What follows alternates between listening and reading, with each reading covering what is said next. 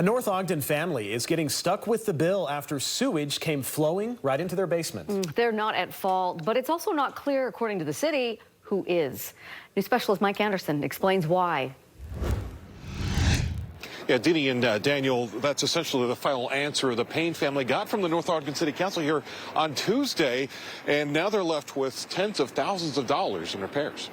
It got high enough that it was coming up above the second steps. It could be the worst kind of flooding. I mean, you could hear the water coming in from upstairs because that's how fast it was coming in. And by water, I mean poop and water. It was like really gross. Genevieve and Mason Payne say the muck poured in quickly, covering their basement last May. And by the time the city was here, it was like we just had to come up because we were walking in sewage and we were like, this is not safe. It took a city crew and contractor several hours to clear the blockage in the sewer main line, eventually pulling up some concrete pieces.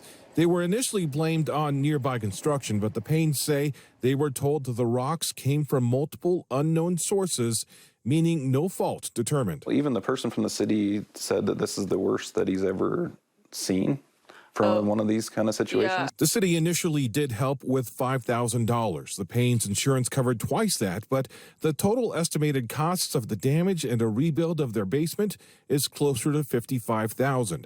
That's why they asked the city to cover more, but ultimately Tuesday, city council members decided in a split vote that was not going to happen. They therefore feel like they have no obligation to help their residents when it's like clearly an issue that has nothing to do with private residents. Like, this isn't a private citizen flushing cement down a toilet. Their only apparent option now to hire a lawyer, but the Paynes say they can't do that. We're already like have this really big financial burden on our shoulders.